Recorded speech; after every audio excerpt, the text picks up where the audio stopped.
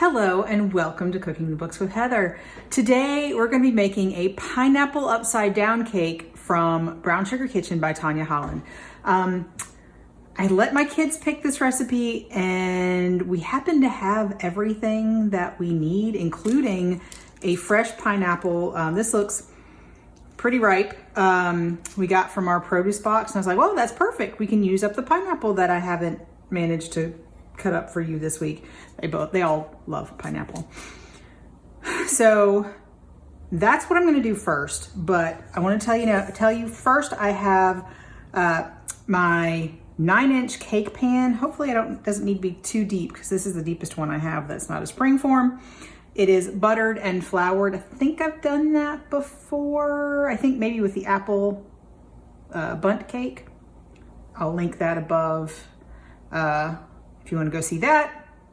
Also from Brown Sugar Kitchen. My oven is preheated to 350 degrees Fahrenheit. And so the first thing I'm going to do is get my pineapple ready. Looks kind of daunting, but it's really not that bad, not that hard. And we need this to be, what does she say? Peeled, cored, and cut into 1/4 inch rings or half moons. So we'll see how we can fit it in the pan when it gets to that time. But the first thing I'm going to do is cut it up, peel it. And so first, cut off the top and the bottom. Might be a little overripe, but I'm sure it will be fine. You can cut off more if need be. All right. And then I'm just going to sort of slice down the sides to get all of this skin, peel, whatever you call it, that's really, really prickly. And I've got this to put it all in. I might have to end up doing half moons, we'll see, because this is a little bit overripe in places, maybe bruised, I don't know. Anyway, so the peel is mostly gone, and then if you happen to see little places where you have bits that you don't want in your cake, those look like seeds. That's interesting. I don't think I'd ever noticed that there's seeds in there before. Makes sense, but because it is a fruit.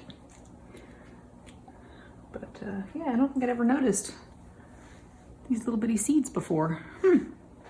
Interesting. I know that you can plant this part. People have done that and then it will grow, but seeds, who knew? All right, so because we want pretty rings, if we can make that happen, I'm going to try to just slice it. You're supposed to be 1/4 inch thick. I don't know how I'm doing on that front because I think I'm a little wide, but that's all right. And we don't need all of this. Obviously, for one layer of pineapple in that pan, it will not take all of this pineapple, so we can just eat the rest and the kids will love that. All right, so I'm gonna take a few of the ones in the middle that are sort of the prettiest and the nicest. I'm gonna stack these up, and I don't have anything specifically that's meant to core a pineapple. They do make sort of a long tool that goes through it and takes the whole core out at once. I don't have that. And it doesn't matter when you don't want them to be pretty rings, you can just cut them off of the core, and that's what I usually do. So I don't have a corer, but I do have this little set of different sized circle cutters, and I thought the smallest size would be perfect. I'm probably gonna have to do like one slice at a time. Yeah, that looks good. So these are pretty sharp, but there we go. There we go, and there we have a kind of ring of pineapple. And I'm gonna make as many as I think I'm gonna need, and we'll see what we can do to make them fit when it comes to that time, but we're not there yet. I'm gonna set this aside and set up for the rest of this recipe and clean up just a little bit. 1 second. Before I get out my stand mixer, the other thing we need to do first is we make a brown sugar mixture to go in the bottom of this pan. And so I have some brown sugar and some of the unsalted butter for this recipe. And I'm not going to show you this because really it's boring, but what we're going to do is to melt this on low heat on the stovetop until it's all dissolved and the sugar's dissolved and the butter's melted. So we're not looking for any particular hard crack or, you know, caramelization. We're just looking for melted and dissolved. So I'm gonna get that started. Our brown sugar is not yet melted, so I'm gonna keep an eye on that. But while that's happening, we're going to sift together a few ingredients. I'm just gonna whisk it because that's what I do instead of sifting. We have some all-purpose flour. And then we need to put in some salt and some baking powder. So I'm going to measure that out as I do it because I have not pre-measured them.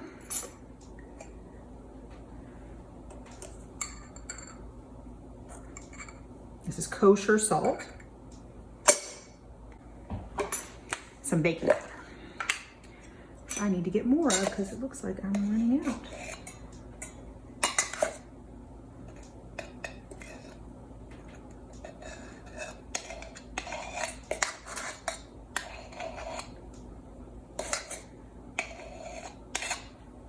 Go. So instead of getting my sifter out, I'm just going to whisk this. That will help mix it all up and break up any lumps that you might have in the flour. It's generally perfectly fine for most sifting applications. There we go. Now that's all mixed together, so that is good. I'm gonna just set that aside. And I have my stand mixer, obviously, with the paddle attachment, and we're gonna put in the rest of our butter. This is softened. I did see a tip on, I think it was on YouTube, from a baker who said you don't really need pre-softened butter. It just will take you longer in the mixer, especially if you're using a stand mixer. It'll take you longer to bring it to cream the butter if that's the goal here, but you don't really need softened butter. Now you just scraped off the rest of the butter onto the paddle just because I do that, but you can use those. Another little tip, you can use the butter wrappers to butter the pan before you flour it. There's usually plenty of butter, especially with a full stick, to butter one of those pans. Butter is almost melted, not quite. I've got it on pretty low heat. So my butter's in here, and I'm going to add granulated sugar, and we're gonna cream this, like I said, just until it's light and fluffy and all combined. Okay, so she does say that this will take about 5 minutes and that you should stop at least twice to scrape down the sides, as we always do when we use the mixer, especially for something like a cake.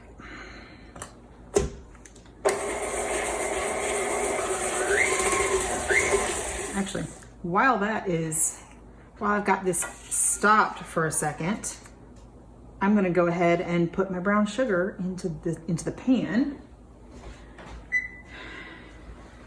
because as you can see, butter's melted, brown sugar is all dissolved, and we're just gonna pour this into our prepared pan and spread it around into a thin layer if we need to, if it doesn't do that all by itself, which it may or may not. So we just want to make sure this sort of covers the bottom in a thin, even layer. Instead of spreading it with a spatula, I'm just going to tilt my pan and allow the sort of fluid dynamics to work as it's still pretty warm. There we go. And while this is happening, I'm going to get my pineapple slices and arrange them however I like on the bottom here, because upside down cake, we're going to turn it upside down and this is going to be the pretty presentation of it. So you probably won't hear me, but you'll maybe watch me do this because it's gonna be loud.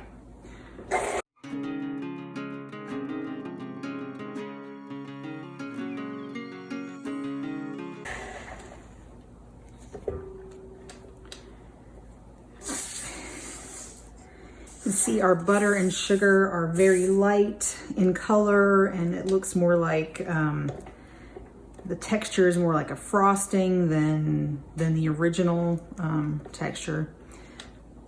And so we're just about there now.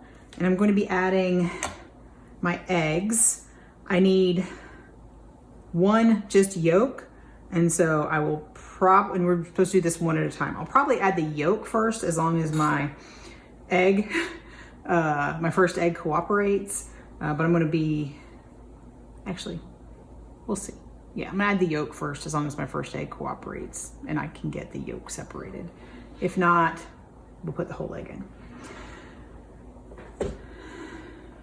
All right, and you should stop and stir and make sure you've got it all incorporated in between each egg.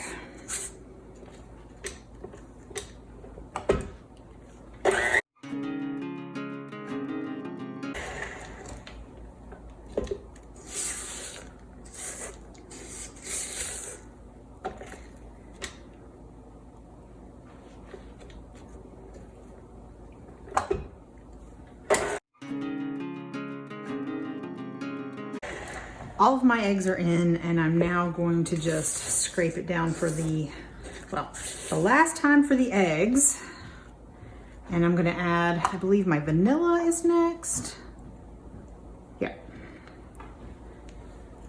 So this is just a good vanilla extract. So I'm just gonna mix this until combined, and then we're gonna put it on low.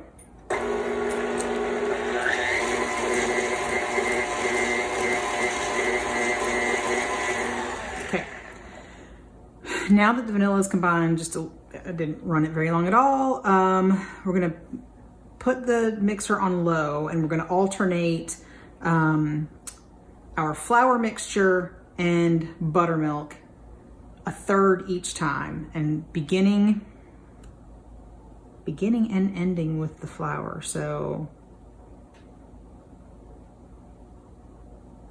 half the flour in 3 additions. So beginning and ending with flour. So half the flour, all of the buttermilk, half the flour. We'll try it.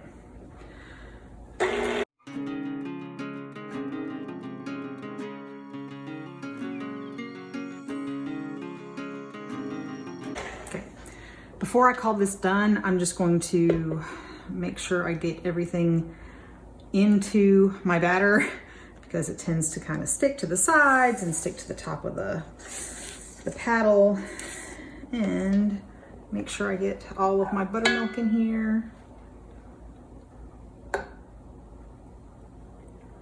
And there we go. And stir this, just stir this for a little bit until everything looks combined. Looks good to me. And so now we're going to scrape this over our pineapple and brown sugar mixture and spread it into an even layer. Okay, so I'm a little concerned about messing up my pretty pineapple, but I'm just kind of dollop it around and then spread it together. Although they are pretty close to each other, so I really shouldn't be able to move those around all that much.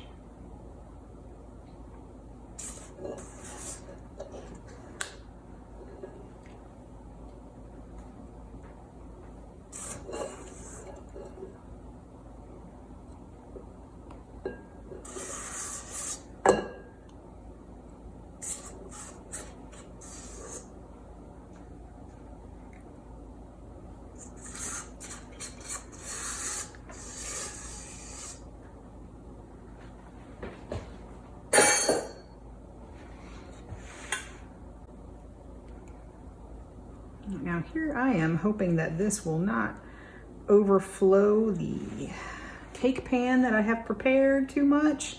Seems pretty full, but does not say you need a particularly deep one. I don't know. We'll see. I've never made a pineapple upside down cake before, so this is all new for me. So this goes into my 350 degree oven for 50 to 55 minutes, and you use the toothpick test in the center and make sure it comes out clean. So after that, we're gonna let it cool for about 20 minutes, and then we'll be back to show you what it looks like and how well I do flipping it upside down. So we'll be back in about an hour, hour and a half. All right, see you then. Our cake baked, my pineapple upside down cake baked for, I checked it at 50 minutes, wasn't quite done. 55 minutes looked perfect, and it smells so good. It smells like vanilla and deliciousness. So now is the moment of truth where we make our cake upside down. It's been cooling for about 20 minutes. It is still pretty warm. I think I'll be okay with just my fingertips without hot pads. But so we're supposed to make sure we loosen the sides using a thin knife, the tip of a thin sharp knife. So that's what I'm gonna do now, which is fine. It didn't overflow, that was great. And I do have a few places over here where it's, you know, over the edge, and I'm gonna try not to cut that. So I'm going to move this out of the way. I'm going to put this here, and we're going to turn it over. All right, so this is the biggest plate I have. She says to use a flat serving plate. This is the best I got right now, so it's pretty warm.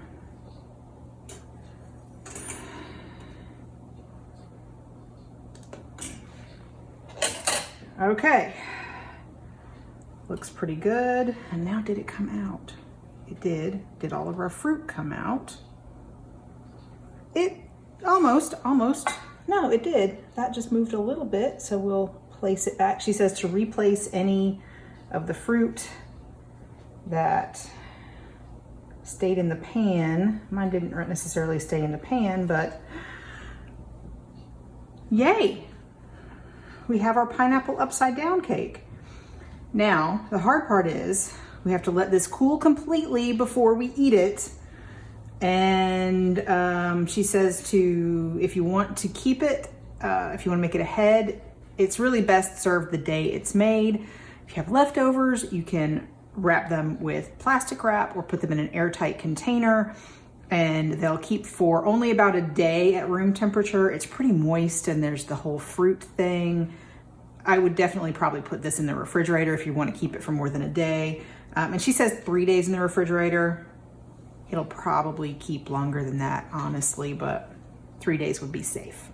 So we'll be back real soon and let you know exactly what we think of it, if we love it, if we don't. But I'm really happy that it turned out. See you in a few.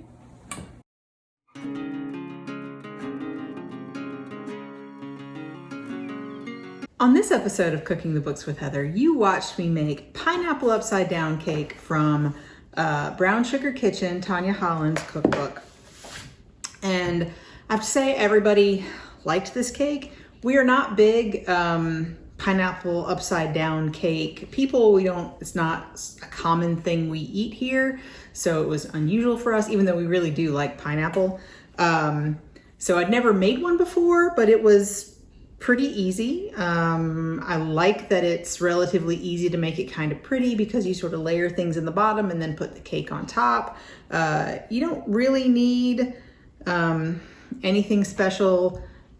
She uses a stand mixer, or she says to use a stand mixer. You could definitely use a hand mixer instead, or just use a spoon and probably beat it for a really long time to cream that butter.